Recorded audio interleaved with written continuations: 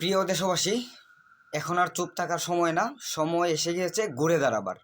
মুখের ওপর কথা বলার সময় এসে গেছে।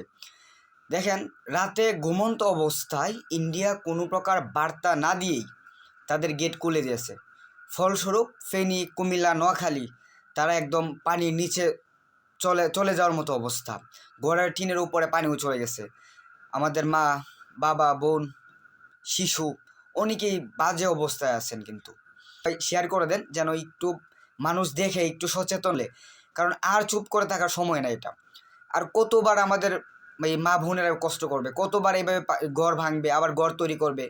এরকম তো অনেক আছে যারা দিন আনতেছে, দিন খাইতেছে। কারো তো সামর্থ্য নাই ওইভাবে। থাকলে না আপনার বড়জোর দেখা গেছে 50টা ঘরের মধ্যে 5টা ঘরে এরকম ওইরকম সামর্থ্য আছে, বাট বাকি যেই 45টা ঘর ওইগুলাই কিন্তু বিপর্যস্ত অবস্থায় পড়তে হয়। সো সবাই সবার জায়গা থেকে